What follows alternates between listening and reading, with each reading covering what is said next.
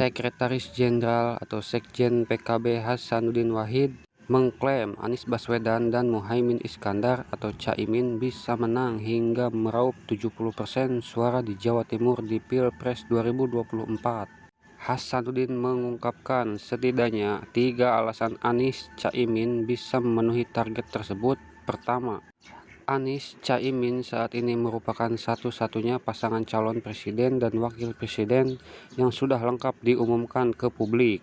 Kedua, Caimin masih menjadi satu-satunya cawapres dari Jawa Timur. Ketiga, Caimin memiliki modal dan pengalaman politik yang cukup. Jatim 60% suara minimal, kalau bisa bahkan 70% target kita, kata Sekretaris Jenderal PKB Hasanuddin Wahid.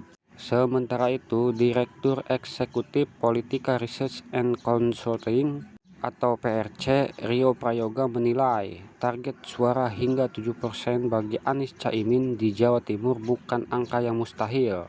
Namun, menurut dia, target itu lebih mungkin dicapai pada putaran kedua jika Pilpres 2024 diikuti 3 pasangan calon. Sementara pada putaran pertama, Rio menilai persentase suara yang paling mungkin diperoleh pasangan itu hanya berada di angka 40-50%.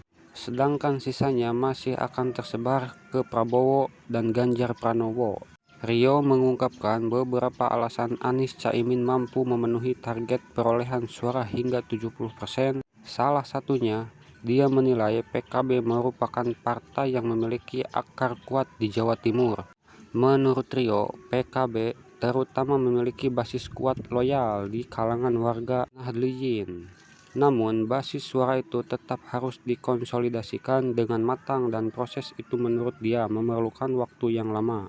Sementara, merujuk hasil sejumlah survei, pasangan Anies Caimin di Jatim justru menunjukkan hasil sebaliknya.